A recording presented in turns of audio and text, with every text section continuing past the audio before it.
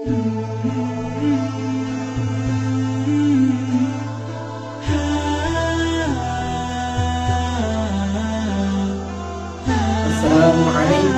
warahmatullahi wabarakatuh. Alhamdulillah wassalatu wassalamu ala rasulillah, amma ba'd. Faya ibadallah, usi nafsi wa iyyakum bittaqwallahi faqad fazal muttaqun. Fala tamutunna illa wa antum muslimun. Faqala Allah ta'ala, a'udzu billahi minasy syaithanir rajim. Wa idh qala rabbuka lil malaikati inni khaliqum bashara min salsalin min hama'im masnun.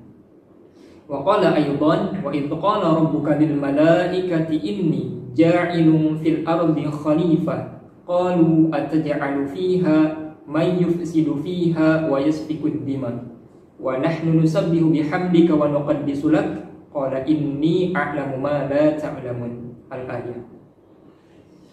Alhamdulillah, puji syukur selalu kita panjatkan kehadirat Allah Subhanahu wa ta'ala, karena sampai dengan hari ini kita masih diberikan berbagai nikmat, di antaranya nikmat iman, nikmat Islam, dan juga nikmat sehat walafiat, sehingga karenanya alhamdulillah kita masih dapat menunaikan ibadah puasa di bulan suci Ramadan. Kita bermohon kepada Allah, mudah-mudahan kita semuanya selalu Allah berikan kemudahan serta Allah berikan kelancaran untuk menunaikan sekaligus menuntaskan ibadah puasa di bulan suci Ramadan. Salawat beriring salam semoga selalu tercurah limpahkan kepada Habibina wa Syafi'ina wa Maulana Sayyidina Muhammad sallallahu alaihi wasallam. Mari kita luangkan waktu sejenak untuk bersalawat kepada beliau sallallahu alaihi wasallam dengan mengucap Allahumma sholli ala Sayyidina Muhammad wa ala ali Sayyidina Muhammad. Jangan lupa untuk bersalawat dan perbanyaklah membaca salawat.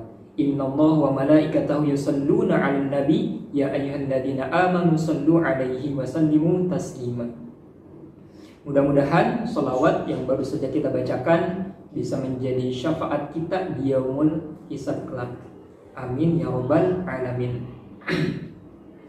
Insyaallah pada kesempatan hari ini saya akan mencoba berkultum dengan membahas satu buah tema yang berjudul mengenal asal penciptaan manusia. Kita harus tahu ya, kita harus mengenal siapa diri kita. Kita harus mengenal dari mana kita berasal. Kita harus mengenal siapa pencipta kita, dan juga kita harus mengenal harus menjadi apa, harus menjadi seperti apa kita sebagai seorang manusia. Perlu kita ketahui bahwa manusia pertama yang diciptakan oleh Allah Subhanahu wa ta'ala adalah Bashar, yang kemudian Allah beri ia nama Adam, yang sampai sekarang kita kenal ia adalah Nabi Adam alaihissalam. Beliau tidak hanya sebagai manusia pertama yang diciptakan oleh Allah Subhanahu wa ta'ala, tapi juga beliau adalah seorang nabi dan rasul pertama yang Allah embankan menjadi seorang nabi dan rasul. Tidak hanya itu, beliau juga merupakan khalifah pertama di muka bumi ini. Dia adalah Nabi Adam alaihissalam, kakek kita semuanya. Kenapa? Karena kita semua adalah Bani Adam, anak keturunan cucu Adam. Nabi Adam alaihissalam Allah ciptakan di surga, sedangkan manusia yang lain termasuk kita di dalamnya Allah ciptakan di muka bumi ini. Maka tidak heran apabila kita bertanya kepada siapapun, semisal kita bertanya kepada seseorang, kira-kira setelah meninggal dunia nanti ingin masuk ke dalam surga atau ingin masuk ke dalam neraka? Pasti dan tentu jawabannya ingin masuk ke dalam surga. Kenapa? Karena ini sudah menjadi sebuah fitrah bagi setiap manusia, ingin masuk ke dalam surga, ingin kembali ke kampung halaman asalnya, ingin kembali ke kampung halaman kakek nenek moyangnya, yaitu surga. Karena dulu nenek moyang kita Nabi Adam alaihissalam Allah ciptakan di surga. Nabi Adam alaihissalam di awal penciptaannya Allah ciptakan ia dari tanah liat yang kering, dari lumpur hitam yang diberi bentuk. Sebelum Allah menciptakan Nabi Adam alaihissalam, Allah sudah lebih dulu menciptakan dua makhluk, yaitu yang pertama adalah malaikat yang Allah ciptakan ia dari nur atau cahaya, dan yang kedua adalah jin yang Allah ciptakan ia dari api panas yang menyala-nyala. Sampai kemudian Allah sempurnakan penciptaan Nabi Adam alaihissalam dan Allah tiupkan ruh ke dalamnya. Setelah itu Allah memberikan perintah kepada malaikat dan jin untuk bersujud kepada Nabi Adam. Maka bersujudlah para malaikat semuanya bersama-sama dan juga sebagian dari jin bersujud kepada Nabi Adam alaihissalam, kecuali iblis, ia enggan untuk bersujud kepada Nabi Adam alaihissalam. Siapa iblis? Ia adalah sebagian jin yang menyimpang, yang tidak patuh pada perintah Allah untuk sujud kepada Nabi Adam alaihissalam. Padahal yang paling penting bukan sujudnya, ya, bukan berarti juga manusia itu lebih baik dibandingkan dengan malaikat dan juga jin, bukan. Tapi ini adalah merupakan perintah Allah yang harus dikerjakan, yaitu bersujud pada Nabi Adam alaihi salam. Ini juga sebagai salah satu bentuk cobaan untuk jin dan malaikat, dan ternyata ada sebagian dari jin yang tidak lulus dari ujian ini, sehingga yang selama ini, ya seperti yang kita tahu bahwasanya sebelum Allah menciptakan Nabi Adam, Allah menciptakan malaikat dan jin, ya. Nah, selama ribuan tahun malaikat dan jin itu tugasnya hanya beribadah kepada Allah, berzikir, mengagungkan nama Allah. Tapi ketika dia menyimpang, maka dia seketika yang statusnya jin berubah menjadi iblis, ya, yaitu makhluk yang terhapus semua amal kebaikannya. Ditambah, ya, ketika dia menyimpang, dia merasa sombong, dia berkata lebih baik daripada Nabi Adam alaihissalam, karena Allah ciptakan ia dari api, sedangkan Nabi Adam Allah ciptakan dari tanah. Ya, setelah dia sombong, setelah dia menentang, dia pun ya malah menentang kembali bahwasanya yang diucapkannya adalah benar, padahal sebaliknya, padahal semua yang diucapkannya adalah salah.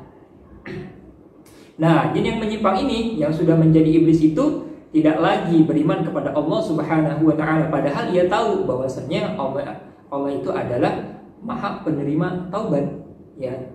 Tapi ia tidak bertaubat dan tetap berada pada kesombongannya. Nah, membahas mengenai tema mengenal asal penciptaan manusia, ya pasti kita tidak akan pernah nih terlepas dari cerita Nabi Adam alaihissalam, ya. Tidak akan pernah terlepas dari awal muasal Nabi Adam diciptakan. Nabi Adam hidup di dalam surga, ya, berdampingan dengan para malaikat dan jin, ya, untuk senantiasa beribadah kepada Allah Subhanahu wa taala. Nah, satu waktu Nabi Adam alaihissalam merasa kesepian. Lalu Allah ciptakan manusia lain yang bernama Hawa dari tulang rusuk Nabi Adam alaihissalam. Sampai kemudian Allah memerintahkan Nabi Adam dan istrinya untuk masuk ke dalam surga khusus hanya untuk Nabi Adam dan juga istrinya. Surga yang masih terdapat larangan tidak boleh dikerjakan, yaitu larangan untuk mendekati pohon khuldi. Tapi pada saat itu Nabi Adam dan istrinya terbujuk oleh rayuan iblis untuk mendekati pohon terlarang itu, sekaligus memakan buahnya. Kemudian Nabi Adam pun durhaka kepada Allah Subhanahu wa taala. Ya, sesatlah ia. Tapi kemudian Nabi Adam beserta istrinya bertaubat serta memohon ampun kepada Allah Subhanahu wa taala, dan Allah pun menerima taubatnya. Nah, karena sudah berbuat zalim, ya, Nabi Adam dan istrinya melanggar apa yang sudah Allah larang, maka Nabi Adam pun Allah keluarkan dari surga. Ya, maka Nabi Adam pun Allah keluarkan dari surga untuk turun ke muka bumi. Ya, sampai kemudian Nabi Adam diamanahkan, diberi tugas untuk menjadi seorang rasul, juga diembankan menjadi seorang khalifah. Ya. Nah, dari cerita singkat ini kita dapat memetik beberapa ibrah nih, atau beberapa pelajaran yang insya Allah bisa menjadi reminder, ya, atau pengingat kita untuk lebih baik ke depannya. Setidaknya ada 4 nih yang bisa menjadi ibrah untuk yang dapat bisa kita petik. Yang pertama, kita jadi mengenal siapa diri kita, ya. Kita adalah manusia. Ya, perlu kita ketahui bahwa di dalam diri manusia, di dalam diri setiap manusia itu ada 2 unsur di dalamnya, fuzuroha wa taqwaha. Ada yang namanya fuzur atau nafsu, ada juga yang namanya takwa. Ya, maka janganlah kita terjebak pada hawa nafsu yang akan membawa kita pada kesesatan, juga keburukan seperti halnya yang terjadi pada iblis dan Nabi Adam. Karena mengikuti hawa nafsu, mereka pun terjerumus pada hal yang tidak baik lagi menyesatkan. Dan pegang teguhlah takwa, ya, seperti halnya para malaikat selalu tunduk dan patuh kepada perintah Allah Subhanahu wa taala. Yang kedua, kita jadi tahu dari mana kita berasal. Ya, kita berasal dari surga dan insya Allah kita akan kembali ke dalam surga. Kita berasal dari tanah ya, dan juga insya Allah kita akan kembali, dan pasti juga kita akan kembali ke dalam tanah. Terlebih kita adalah berasal dari Allah yang akan kembali, yang nanti akan kembali juga kepada Allah Subhanahu wa taala. Yang ketiga, kita jadi tahu siapa pencipta kita, yaitu Allah Subhanahu wa taala. Maka dari itu kita harus senantiasa tunduk dan patuh pada perintahnya ya. Dan yang terakhir, kita jadi tahu harus menjadi seperti apa kita sebagai seorang manusia. Pilihannya cuma ada dua. Yang pertama, mengerjakan perintahnya atau meninggalkan larangannya. Ya, sesungguhnya setiap makhluk yang Allah ciptakan, baik yang bernyawa maupun yang tidak bernyawa, baik yang terlihat maupun yang tidak terlihat, tujuan utamanya adalah untuk beribadah kepada Allah Subhanahu wa taala. Sedangkan puncak dari tujuan setiap makhluk Allah ciptakan adalah dalam rangka untuk taat kepada Allah Subhanahu wa taala. Ya. Jadi kalau misalkan ditanya harus menjadi seperti apa kita sebagai seorang manusia, ya harus senantiasa beribadah kepada Allah.